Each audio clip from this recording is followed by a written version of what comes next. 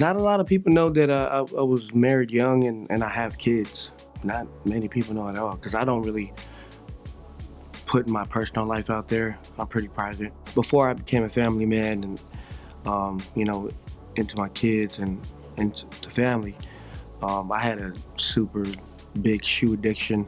I worked for Nike for a few years and that really kind of lit a fire up my butt to keep collecting, man, especially because I got a discount and then all of that. So it just made it worse. Some of my favorite Nikes are, I'd say J's. Ones, I love the ones. I like how they feel, they get a little narrow though, because I got Polynesian feet. One thing the fans might not know about me is that I'm secretly a nerd. I love playing video games. When it comes to things like that, I like Marvel, all that Star Wars. I'm basically a nerd, 80s nerd kid that I'm not gonna grow up from that either. So I'm gonna stay like that forever. What makes Darth Vader dope to me is that he's a super menacing type character, and that's Luke's father. So I gotta give it up to the OG. So I like that, the dark quality about him. But also, yeah, he was one of the good guys. But it's that battle between good and evil. I think that's what makes him interesting. And he chose the dark side. So some of my favorite video games include Warcraft 3. I love all that real-time strategy games, I guess you could call it. And then multiplayer games where you get to interact with other gamers. And we got the Xbox One. We got that rolling with the new game we're playing right now is Rainbow Six, the Tom Clancy.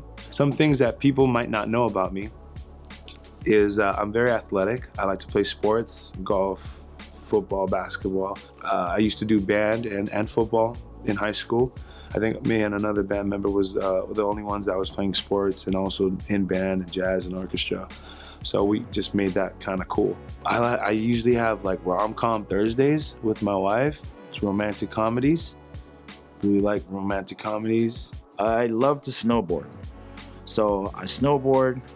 I'm kind of like a wilderness person, like Revenant. I could drive in any country, right? So we go on tour and I'm the guy that has to learn how to drive in opposite side of the street for long periods of days. I was doing real estate, I was doing mortgages, I was doing, I did notaries for a little bit. I ran a day labor company, owned it with my brother-in-law.